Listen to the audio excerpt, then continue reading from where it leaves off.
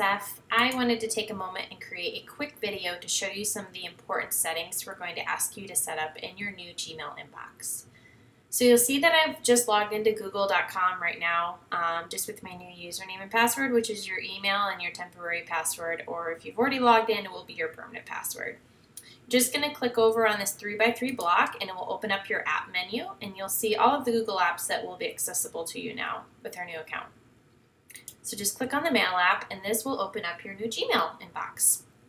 So you can see there are no mail messages in my inbox because we haven't turned it on yet. So I can't show you any sending features today, but I am just going to show you a few quick setting features.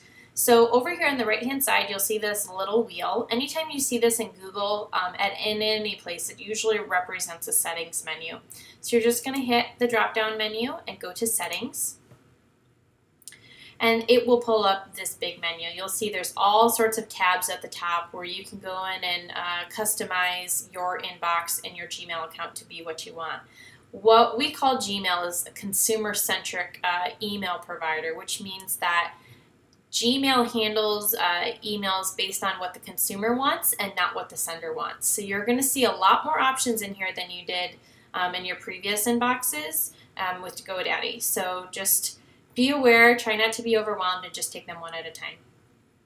So I'm not going to go through a lot of this stuff. Most of it is pretty straightforward, and it's going to be completely based on what you want as a user, but I am going to touch on a few things. The first one is desktop notifications. We're asking that everybody leave chat notifications off, and the reason why is because we're using Chatter in Salesforce, and that is where we're going to want to keep those conversations. So just leave that off. It's on default as off, so just leave it there. The second thing is you're going to have three options basically for email notifications. If you would like to get pinged every time you get a new email, you can just leave it on this top one. If you only want to get pinged for important mail, then you can put it in the middle, and if you don't want any mail notifications, you can choose the last option. We are going to ask that everybody put in a profile picture just like we have with Chatter. And then also you'll see the signature block here. So signature block, we noted, was going to be handled a little bit differently than what we had previously. So this right here, what I have, is exactly what we want it to look like, and we did attach a Word document for your reference in a couple emails ago. But if you need that again, it's under Dropbox in the technology folder, and then in staff docs, and then in onboarding. Note, please don't copy and paste into this box because Gmail does not like that, and it will say that you're over your character limit when you're really not. So you're going to have to use the rich HTML editor right here and just type this in directly, just as I have it. But you'll see you've got the bold, and it's pretty straightforward.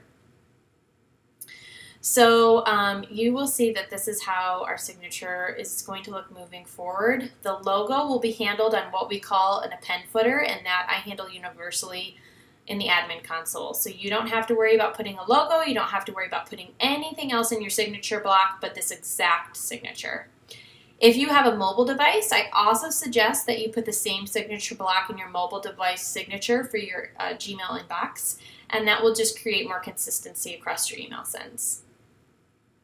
Finally, at the bottom here, you'll see this is where you're going to handle your vacation responder. So it's a default to off, and then when you want to turn it on, you just click the on button. And then you can put in the first day and the last day, the subject, and again, a rich HTML box for you to put information in there about your messaging. And if you select anything that's different, you'll see that's when the Save Changes button goes from grayed out to active. So that is everything that we are handling right now as far as quick things. We'll cover more information as we kind of get deeper into our inboxes once our email starts flowing into here. If you have any questions, you can ping me on Chatter with the hashtag Google Help. Otherwise, I hope this was helpful. Thanks.